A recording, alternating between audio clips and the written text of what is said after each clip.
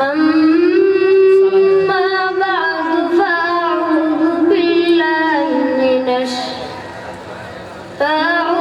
بالله من الشيطان الرجيم.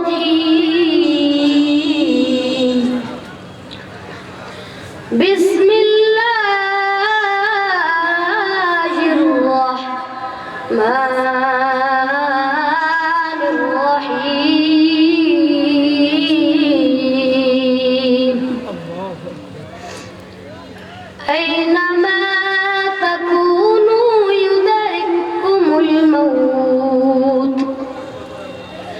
يدرككم الموت ولو كنتم في بروج مشيدة. وقال النبي صلى الله عليه وسلم: لا طاعة لمخلوق في معصية الخالق، أو كما قال عليه الصلاة والسلام. صدق الله المولانا العظيم، وصدق رسوله النبي الكريم، ونحن على ذلك من الشاهدين والشاكرين،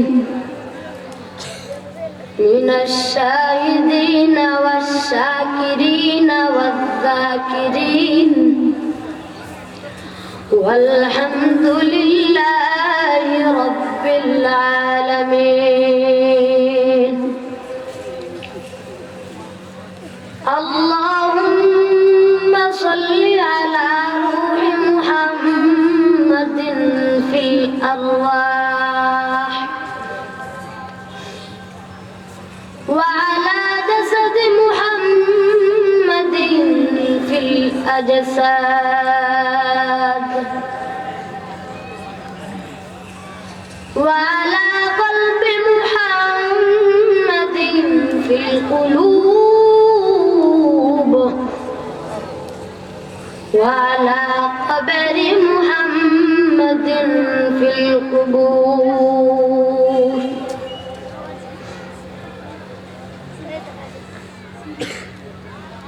ربي زدني علما، رب اشرح لي صدري، ويسر لي أمري، واحلل عقدة من لساني يفقهوا قولي. سبحانك لا علم لنا إلا ما علمتنا، إنك أنت العليم الحكيم. الله أكبر، الله أكبر. أيا بندہ خدا چاہوگا روز ملاقات، أيا بندہ خدا چاہوگا روز ملاقات. جلدی سے بیٹھے سن حضرت کے نصیحات، جلدی سے بیٹھے سن حضرت کے نصیحات. ایک چشم زدن غافل ازا شای نباشین، ایک چشم زدن غافل ازا شای نباشین. شاید کہ نگاہ گناہگار نباشین، شاید کہ نگاہ گناہگار نباشین. مقبول تو मकबूल तू है साज है काबिल तू बहुत है मकबूल तू है साज है काबिल तू बहुत है ऐना के मनंद तो नहीं दिल तो बहुत है ऐना के मनंद तो नहीं दिल तो बहुत है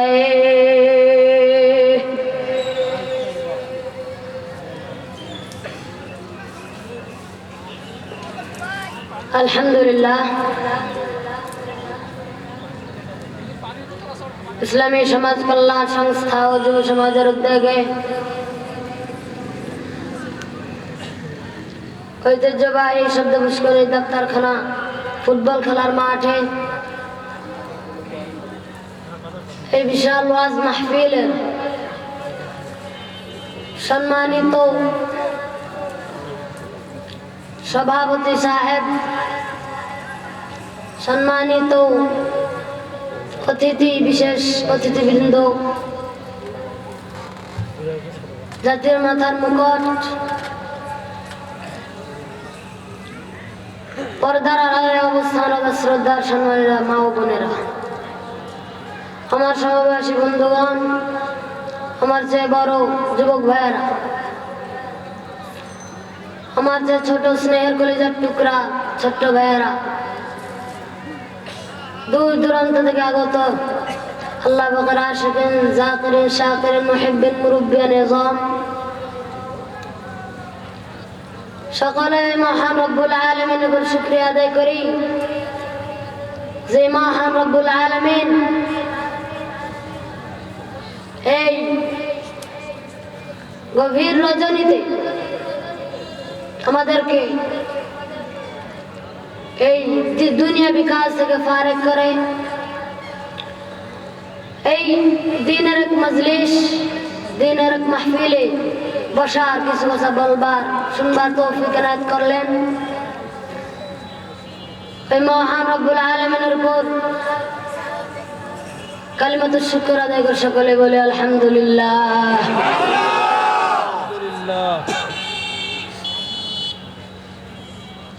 সৈয়দুল মুরসালিন, খাতামুন নবিয়্যিন,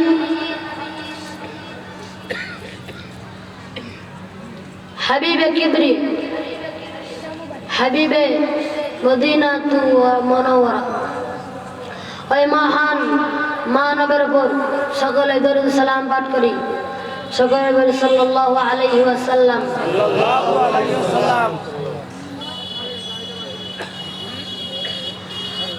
আমি আপনাদের সামনে কোরআনুল কারীম থেকে অসংখ্য অগণিত আয়াত থেকে ছোট্ট একখানা আয়াতে কারিমা তেলাওয়াত করেছি।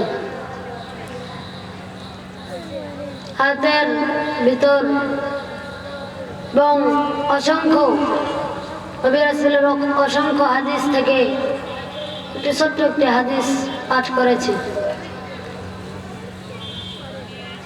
কোরআন ও হাদিসের আলোকে আমাকে আল্লাহ তাআলা বয়ানের শুরু থেকে যেটুকুই বয়ান করি না কেন,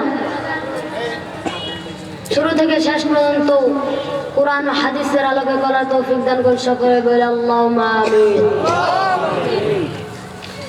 তো আয়াতে কারিমার ভিতর আল্লাহ বলেন, আউযু বিল্লাহি মিনাশ শাইতানির রাজীম, বিসমিল্লাহির রাহমানির রহিম, আইনামা তাকুনু ইউদরিকুমুল মাউতু ওয়ালাউ কুনতুম ফি বুরুজিম মুশাইয়াদা। বলে কুরআনুল কারীমে ঘোষণা করিয়া দিলাম,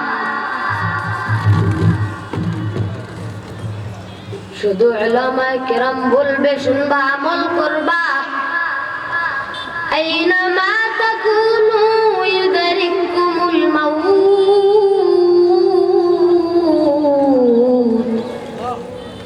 يدرككم الموت ولو كنتم في بروج مشيدة মালিক বলে তুমি দুনিয়ার যে কোনো জায়গায় থাকো না কেন,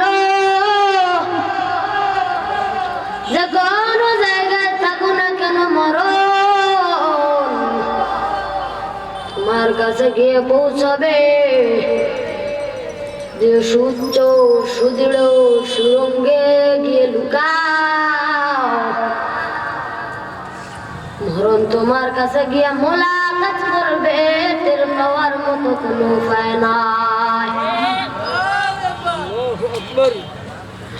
আল্লাহ অপর এক জায়গায় বলে কুল্লু নাফসিন যায়িকাতুল মাউত। মালিক বলে তুমি যেহেতু দুনিয়ার জমিনে মানুষ হয়ে পৃথিবীতে অবতরণ করেছ, সেহেতু তোমাকে মৃত্যু বরণ করতেই হবে। জীব অর্থই হলো মৃত্যু, তাতে কোনো সন্দেহ না।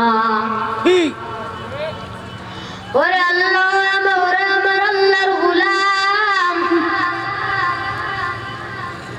পৃথিবীতে এমন কোন মানুষ নেই মরণকে অস্বীকার করে, যে মরণকে অস্বীকার করবে। বিধর্মীয় মরণকে স্বীকার করে, মুসলমানও যেমন মরণকে স্বীকার করে। বিধর্মীয় তাকায় দেখো, বলে একদিন না হয় একদিন মৃত্যু হবে, কবরে যাইতে হবে, কোনো সন্দেহ নাই। একটা জীব যে আছে, জীবকেও যায় কবরে যাইতে হবে, কোনো সন্দেহ নাই। জীবকে যে কবরে যাইতে হবে না, তাদের কোনো সন্দেহ নাই। মানুষের যে মরণকে অস্বীকার করবে, তার মাথার মনে করতে সমস্যা আছে, মনে করতে হবে মাথার সমস্যা আছে। পাগল না হলে জীবনে কথা বলবে না যে তার মরণ নাই। ও যুবক, মরণ থেকে যতই পালাও, মরণ তোমায় লইবে ঘিরি।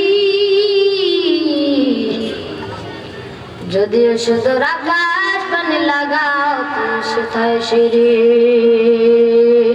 মরণ থেকে যেমন বাঁচার কোনো উপায় নাই, যেমন মরণ থেকে পালাইতে যাবা কোনো উপায় নাই। হাদিসে আছে মরণ থেকে পালাইতে গেলে মরণ থেকে পালানো যাবে না, মরণ তোমাকে ঘিরিয়া ধরবে, টের যেমন করে পাইবা না। ও যুবক, অমুক দেশের এক বাচ্চা ছিল, বড় প্রভাবশালী মানুষ, তার মেয়ে কন্যা সন্তান হইছে। তার কন্যা সন্তান হয়েছে, বাড়ির ছোট্ট সন্তানকে ডাক দিয়া বলে, ও বাচ্চা, যাও জ্যোতিষের কাছে গিয়ে আগুন আনো। আগুন আনতে চলিয়া গেল, আগুন আনতে চলিয়া গিয়া বলে জ্যোতিষীর গিয়া বলে, বাদই বাচ্চার ওই মন্ত্রীর একটা কন্যা সন্তান জন্মগ্রহণ করছে, আগুন লাগবে। বলে আমি কিছুক্ষণ আগে দেখলাম ওই বাচ্চার মেয়েটা অনেকজন যুবকের সাথে অপকর্মকাণ্ডে লিপ্ত হবে এবং তার মৃত্যু হবে। একটা ছোট্ট একটা মাকড়সার দ্বারাই তার হবে মৃত্যু। ছোট্ট বাচ্চা হাতে তরবারি নিয়ে রওনা হয়ে গেল,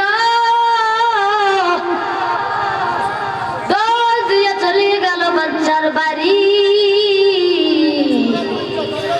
দেখে বাচ্চার মেয়ে শোয়ানো আছে বিছানায়, হাতের মধ্যে একটা তরবারি দিয়া জোরে কোপ মারিয়া দিল। হাতের মধ্যে যখন তরবারি দিয়া কোপ মারিয়া দিল, বাচ্চার বিবি দৌড়ে আসিয়া দেখে হাত দিয়ে রক্ত বাহির হয়। চিল্লা চিল্লি করে বাচ্চাকে ডাকে, ততক্ষণে ওই ছোট্ট বাচ্চা তো সেখান থেকে পলায়া যায়, পায়া গিয়া অন্য দেশে গিয়া লুকায়। বাচ্চা যদি একবার ধরিয়া ফেলে বাঁচার কোনো উপায় নাই। তারপর সব কিছু মিটে গেছে যখন বাচ্চার মেয়ে বিয়ের বয়স হয়ে গেল, এদিকে ছোট্ট বাচ্চা যুবকে পরিণত হয়ে গেল, বড় হয়ে গেল, বিবাহ শাদীর প্রয়োজন। এখন ছোট্ট বাচ্চা যুবক যখন হয়ে গেছে, ধন সম্পদের কোনো অভাব নাই, তো এদিকে বাচ্চার কোনো ধন সম্পদের অভাব নাই। খোঁজ লাগাও কোনখানে ভালো পাত্র পাওয়া যায়, খোঁজ লাগাইয়া দিল, ওই পাত্রকে পছন্দ করিয়া নিয়ে আসা হলো। বিবাহ শাদী হওয়ার পর ওই ছোট্ট বাচ্চার এখনো মনে আছে, এই বাচ্চার মেয়ের হাতে আমি খুব মারছিলাম, মনে যখন আছে, ডাক দিয়া বিয়া করিয়া নিল। এবার বাচ্চার মেয়েকে যখন তাদের সহবাসের সময় এবং বাসর রাতের সময় হয়ে গেল, বাসর রাতে গিয়া বলে, বিবি তোমার হাতের মধ্যে একটা দাগ দেখা যায়, দাগটা কিসের? ডাক দিয়া বলে, বাবা মা বলছে এই দাগটা নাকি একটা ছোট্ট বাচ্চা আমার হাতে খুব বসাইয়া দিছে ছোটবেলায়। বলে আমি এটা আর কেউ নয়, এটা স্বয়ং আমি তোমার হাতে খুব বসাইছি। বলে কেন কেন বসাইছি? কারণ লাই। বলে কি কারণ? কারণটা কি? অপরাধটা কি করছিলাম? অপরাধের কারণে তোকে হাতের মধ্যে খুব বসানো লাগে, কি এমন বড় অপরাধ দোষ? এবার যুবক ডাক দেয়া বলে, ও বিবি তুমি নাকি বড় হয়ে 100 থেকে 100-র বেশি যুবকের সাথে কর্মকাণ্ডে লিপ্ত হবা। ডাক দিয়া বলে, হ্যাঁ কথা সত্য। যুবক অবাক হয়ে গেল। আবার ডাক দিয়া বলে, দ্বিতীয় প্রশ্ন, তুমি মনে হয় একটা ছোট্ট মাদ্রাসা দ্বারাই মৃত্যুবরণ করবা? জানি না, কেন জানি না এটা কথা বলতেছো? বলে অমুক জ্যোতিষী আমারে জানাইছে, সেই জন্য আমি তোমার হাতের মধ্যে জয়া খুব বসিয়া দিছি। এবার বলে 10 তালা বাড়ি বানাবো, ফাউন্ডেশন বানাবো। বলে বানায়া ফালাও, আমরা 10 তালার উপরে গিয়ে থাকবো, দেখবো কেমন করে মাদ্রাসা যায়, কেমন করে ওই ছোট্ট মাদ্রাসা তোমাকে মেরে ফেলে। বলে ঠিক আছে, 10 তালা ফাউন্ডেশন বানাও। 10 তালা ফাউন্ডেশন তৈরি। 10 তালার উপরে গিয়ে আছে ওই 2 জন স্বামী স্ত্রী। একদিন ওই যুবক বাড়িতে নাই, যুবতী একলাই বাড়িতে রইয়া আছে।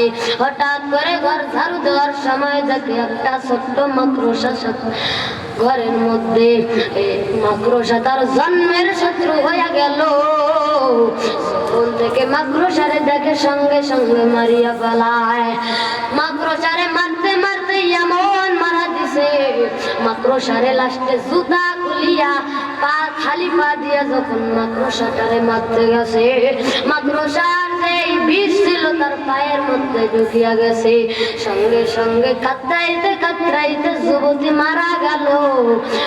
তার কোনো প্রমাণ হয়ে গেল 10 তালা ফাউন্ডেশন যদি বানাও তাও কোনো মাপ নাই।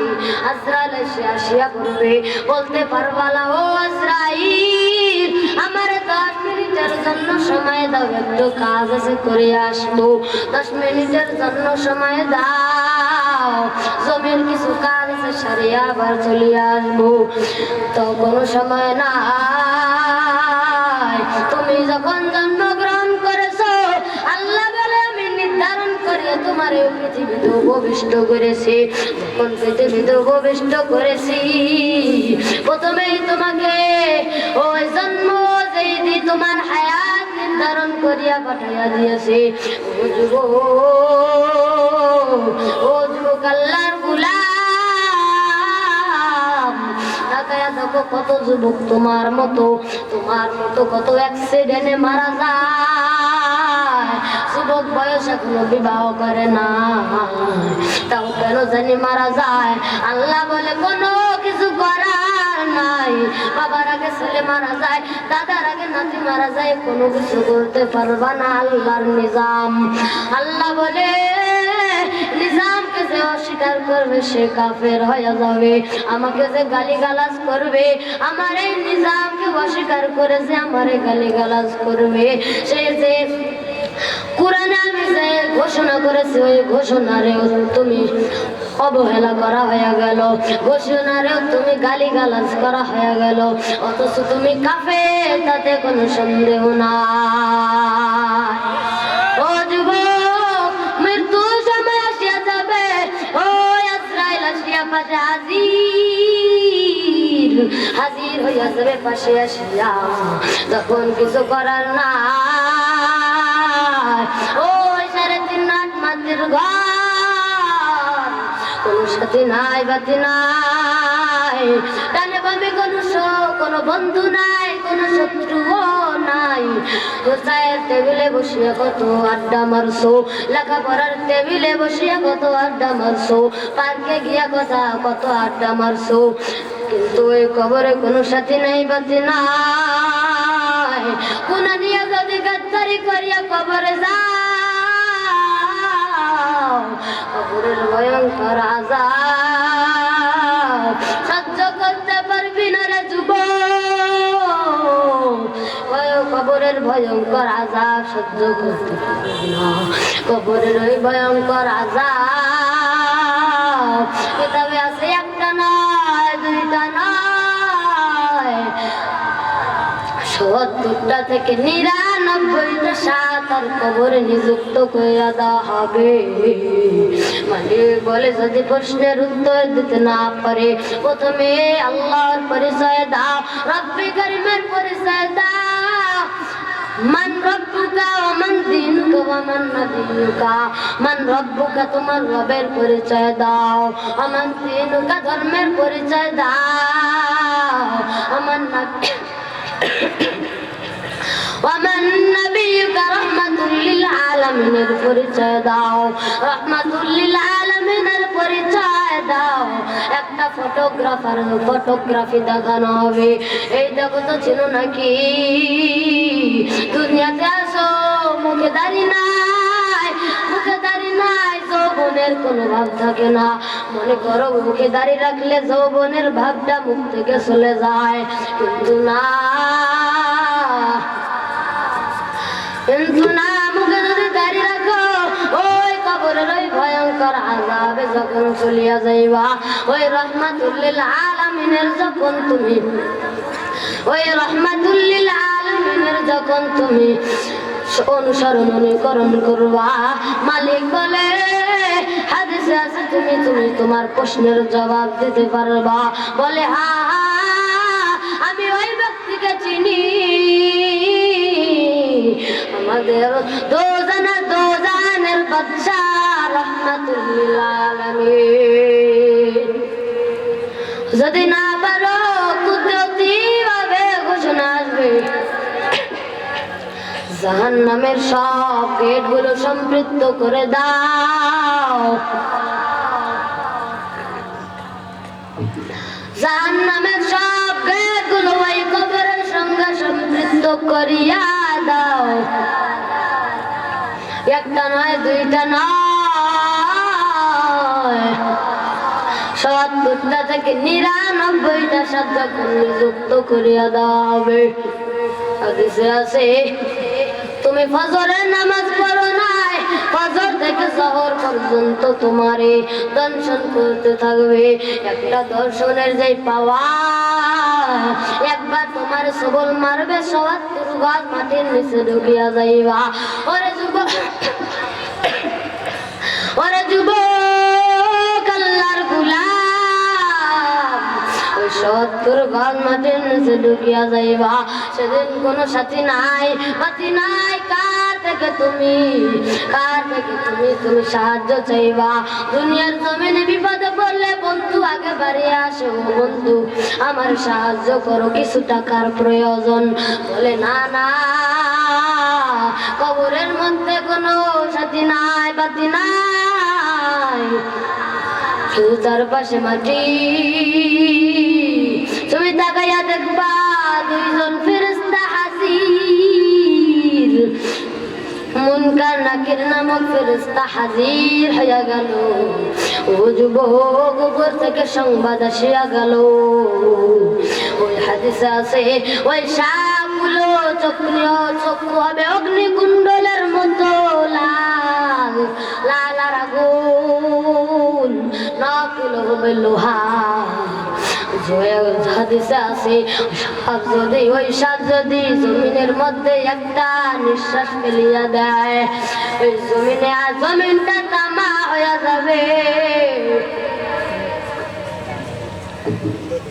ওই জমিনে আর জীবনে ঘাস নামক জিনিসটা বাইর হবে না।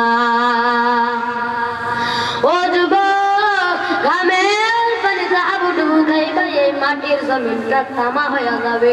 তখন কি করবা? পা দেওয়ার কোনো ক্ষমতা নাই। কিন্তু তুমি তিনটা প্রশ্নের জবাব উত্তর পায়া গেলা, উত্তর দিয়া দিলা। ওপর থেকে সংবাদ আসবে, কবরের মধ্যে জান্নাতের সব গেটগুলো সমৃদ্ধ করে দাও, সংযোগ করে দাও। ওই কবরে তুমি জান্নাতি বিছায়া বিছায়া দাও। ওই ফেরেশতারে ডাক দিয়া বলে, ও ফেরেশতার দল, জান্নাতি বিছানা বিছায়া দাও, জান্নাতি পোশাক পরাইয়া দাও, জান্নাতি বাতি জ্বালাইয়া দাও। ও যুবক, এত সুখ আর শান্তি ওলা দুনিয়াতে কোনোখানে পাইবা না। দুনিয়াতে এমন সুখ শান্তি করছো, কবরে গিয়া যদি ওই সুখ শান্তিটা পাও, পৃথিবীর যদি কষ্ট হয়, পৃথিবীর সব কষ্টগুলো তোমার দূর হইয়া যাবে। মনে করবা দুনিয়াতে অনেক কষ্ট করছি। হাদিসে আছে, দুনিয়াতে তোমরা থাকো মুসাফির বান্দার মতো। মুসাফির বান্দা যেমন সরল সহজের মতো ব্যবহার করে, মুসাফির বান্দা যেমন সুন্দরভাবে মনোরম পরিবেশে যেমন থাকে, তুমি যদি যেমন করো, যেমন মানুষের সঙ্গে আচরণ করো, ভালো ব্যবহার করো, উপর থেকে আওয়াজ আসবে, ওই ব্যক্তিটার জান্নাত বানায়া দাও, জান্নাতি না জানে আমাদের হকদার বানায়া দাও। কিয়ামতের ভয়ঙ্কর আযাব, ওই আলমে বরযাক থেকে যদি তুমি একবার সার পেয়ে যাও, মনে করবা পিছনের যতগুলো ঘাটি আছে সব থেকে তুমি পার হইয়া যায় জান্নাতুল ফেরদাউসের বাসিন্দা। সুবহানাল্লাহ। ও যুবক, ওই কবরে যদি আযাব আর আযাব, ওই কবরে যদি ইমানদার হইয়া কবরে যাও, আমল আখলাক নিয়ে যদি তুমি কবরে যাও, ইমান আখলাক নিয়ে যদি তুমি কবরে যাও, মালিক বলে ইমান আখলাক নিয়ে যদি কবরে যাও, আযাব তোমাকে ঘিরিয়া লবে। আযাব একদিক দিয়ে যাবে, ডান দিক দিয়ে যাবে। ও যুবক, ভালো করে কানটা লাগাইয়া দিয়া শুনো। আযাব একদিক দিয়ে যাবে, আযাব হঠাৎ করে কে যেন বললো আসবি না। বলে কে মানা করলো আসতে, নিষেধ করলো কে? বলে আমি তার বন্ধু নামাজ। বাম দিকে চলিয়া যাবে, গিয়ে দেখবে কে যেন মানা করলো, ও খবরদার আসবি না। কে মানা করলো? আমি তার আপন বন্ধু রোজা। এবার মাথার দিকে চলিয়া গেল, এবার চিৎকার দিয়া বল খবরদার আসবি না, খবর আছে। বলে কে মানা করলো? আমি তার আপন বন্ধু কোরআন। পায়ের দিকে চলিয়া গেল, গিয়া বলে কে যেন বললো আসবি না। ডাক দিয়া বলে আমি তার আপন বন্ধু, আপন বন্ধু। আমি তার জীবনের সবগুলো আমল একপাশে হইয়া দাঁড়াইয়া গেলাম। এবার আজাদ জিজ্ঞাসা করবে কতক্ষণে মাইয়াদের সঙ্গে তুমি থাকবা। এবার যুবকটা এবার ওই আমলগুলো ডাক দিয়া বলে মাইয়াতকে যতক্ষণ পর্যন্ত জান্নাতে নিতে পারে নাই ততক্ষণ পর্যন্ত মাইয়াদের সাথে আমরা থাকবো। ও যুবক, নামাজকে অবহেলা করিও না। নামাজে তুমি জান্নাতে চলিয়া যাইবা। নামাজের কারণে জান্নাতি, নামাজ মিস তো জাহান্নামে। কবরকে ভয় করিয়া আল্লাহর তাকওয়া অন্তরের ভিতরে পয়দা করো। বলে মালিক বলে আল্লাহর তাকওয়া অন্তরের ভিতর যখন পয়দা হয়ে যাবে, মুত্তাকি বান্দা হয়ে যাবা, আমলের দিকে মনটা অগ্রসর হয়ে যাবে, কিছু ভালো লাগবে না, মসজিদে যাইতে মন যাবে, আজান হওয়ার আগে মসজিদে গিয়া সামনের কাতারে গিয়া বসিয়া পড়ছো। আল্লাহর গোলাম আগে নামাজ পড়তো না, এখন কোন আলেমের জানে সোহবত পায়া নামাজ পড়ে। বিবাহর জন্য যুবক হয়ে গেছে, বিবাহর জন্য পাত্রী সন্ধান করে, পাত্রী পায়া গেল,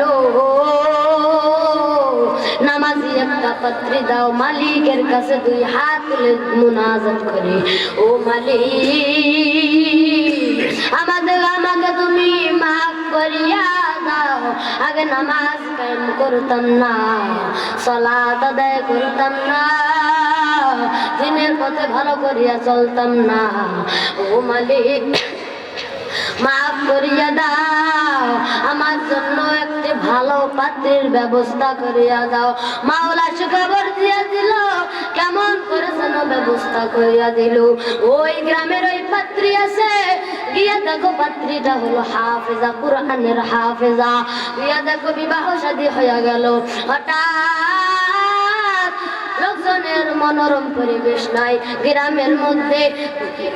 যুবক ভাবলো এখানে থাকা যাবে না, বিবিকে আমি পর্দার সহিত রাখতে পারবো না, বিবেকে পর্দার সহিত রাখতে পারবো না, ওই পাহাড় এলাকায় জঙ্গলের এলাকায় চলিয়া যাব। চলিয়া গেল, জঙ্গল এলাকায় যখন চলিয়া গেল, এবার যুবক একদিন নামাজের দিকে রওনা হইয়া গেল। হঠাৎ করে বিবি ডাক দিয়া বলে, ও স্বামী তুমি তো নামাজে যাইতেছো, ভালো কথা, বাধা নাই। একদিন পর্যন্ত আমাদের বাড়িতে চুলায় কোনো আগুন জ্বলে না, মিলে একদিন হয়ে গেল গম দিয়ে আসছো আটা বানার জন্য, কিন্তু না এখনো দেয় নাই, কারেন্টের সমস্যার জন্য এখনো দিতে নাই। ওই আটার বস্তাটা নিয়ে দিয়া যাও। এবার যুবক হতাশা হয়ে গেল, দুই পা এক পা আগানোর পর যখন বাড়ির আঙ্গিনাটা পার হয়ে গেল, এবার পিছন দিয়ে ছোট একটা বাচ্চা ডাক দিয়া বলে, ও আল্লাহর বান্দা, ও যুবক, ও আল্লাহর বান্দা যুবক, নামাজে যাইতেছো বাধা নাই, কোনো কিছু বলবো না, নামাজে যাইতেছো কোনো নিষেধ নাই, কোনো বাধা নাই, আল্লাহর ইবাদত করবা কোনো বাধা নাই, কিন্তু শুধু একটাই খালি তোমার কাছে দরখাস্ত, তুমি যে নামাজে যাইতেছো তোমার বাড়ির কিনারায় যে গাভীটা বাঁধা ছিল, তাকায়া দেখো গাভী আর গাভীর জায়গায় নাই। বলে কোথায় গেছে? বলে গাভীটা তাকায়া দেখো ওই জঙ্গলের ভিতরে চলিয়া গেছে, জঙ্গলে। বলে আবার একটা মুসিবত, দুইটা মুসিবত মাথায় একসাথে বার হইয়া চলিয়া গেল। যুবক আর দুই পা গায়া গেল। এবার পিছন দিক দিয়ে এক আল্লাহর বান্দা ডাক দিয়া বলে, যুবক তোমার আমার জমিতে পানি দিতেছে মোটরওয়ালা, মেশিনওয়ালা, তুমি যদি জমিতে পানি দিতে চাও তাহলে তাড়াতাড়ি খবর দাও। এই দিনে মোটরওয়ালা মেশিনওয়ালার কোনো খোঁজ পাওয়া যায় না, যদি চাও তো তাড়াতাড়ি খবর দাও, তাড়াতাড়ি খবর দাও, এখন গিয়া পানির ব্যবস্থা করো। এবার যুবক তিনটা মুসিবত মাথায় নিয়ে অগ্রসর এবার আল্লাহর ওই আয়াতের কথা মনে পড়ে গেল। বলে গত সপ্তাহে ইমাম সাহেব বয়ান করেছে,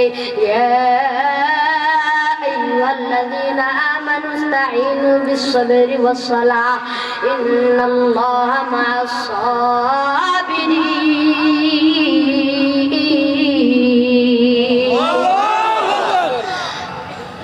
ওই যুবকের ওই কথাটা মনে পড়িয়া গেল।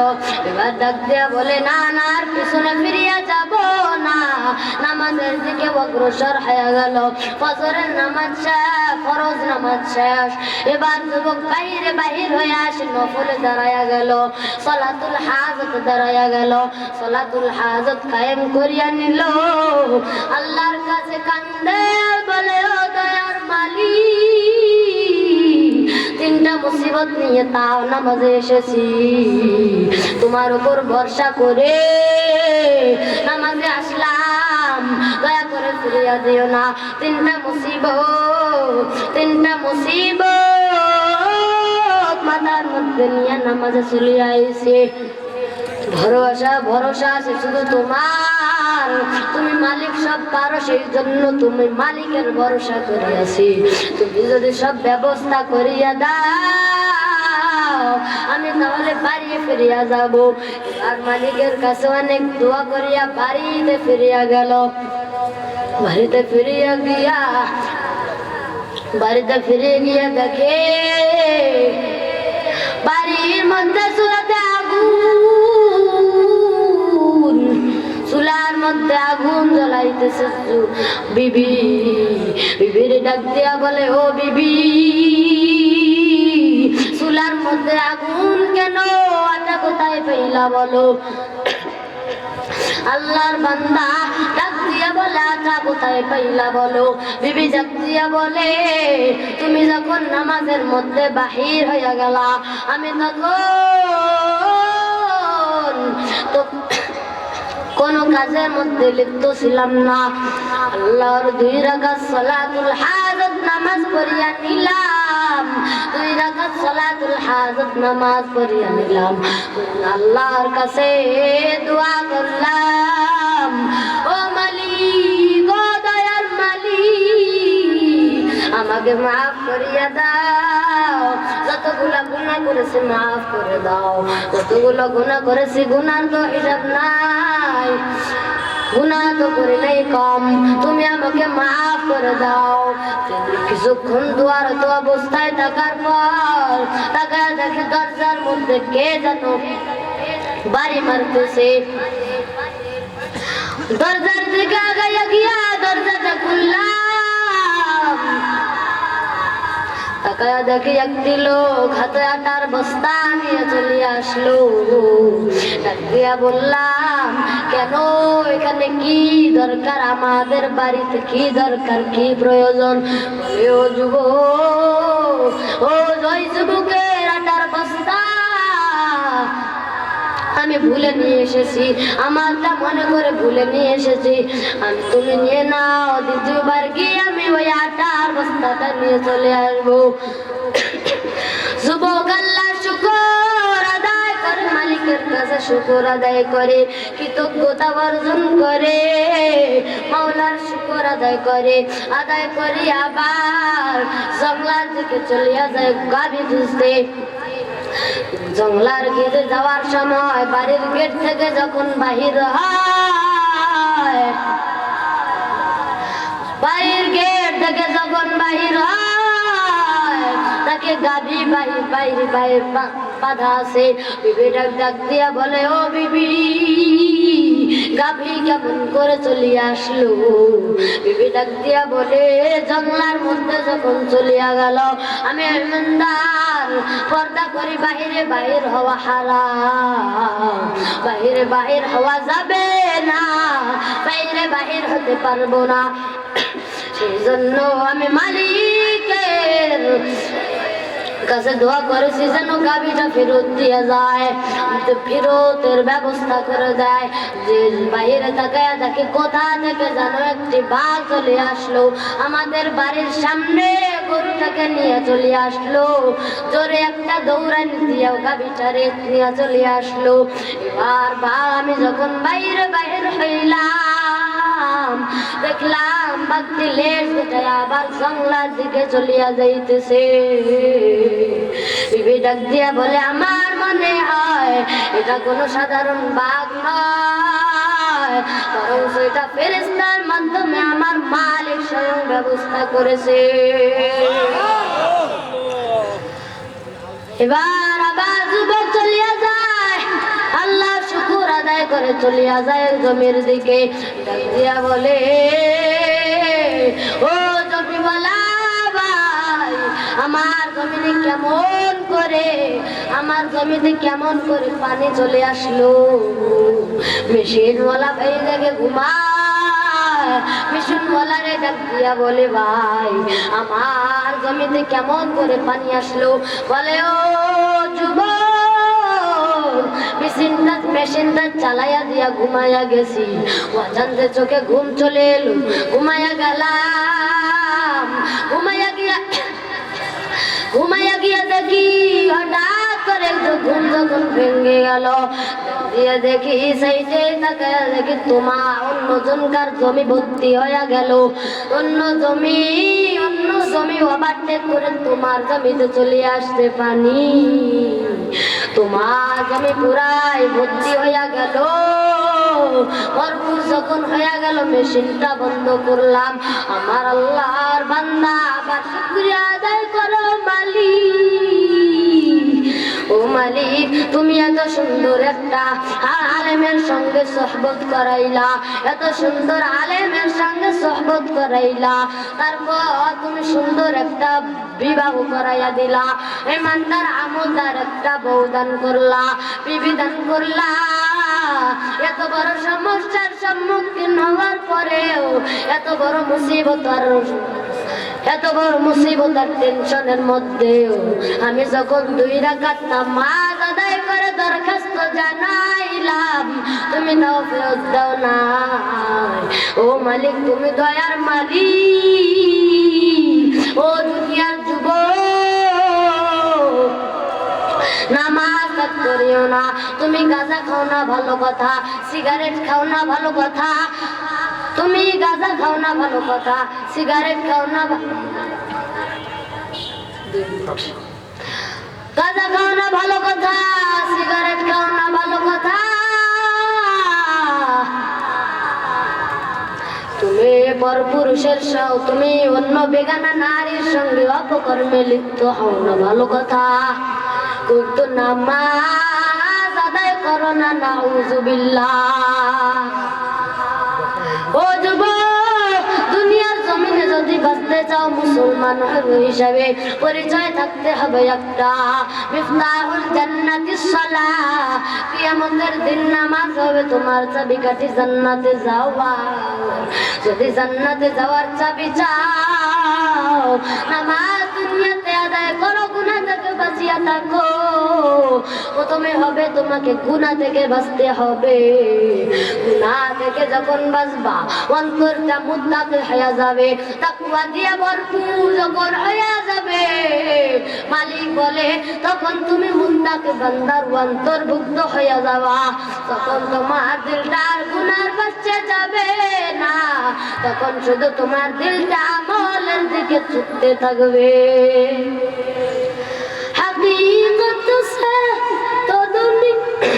हकीकत से तो दुनिया बेखबर है, दुनिया की नुमाइश पर नजर है, नमी हुयम किया जे दुनिया जुदा बाश, बाहर कारे के बाशी बाश।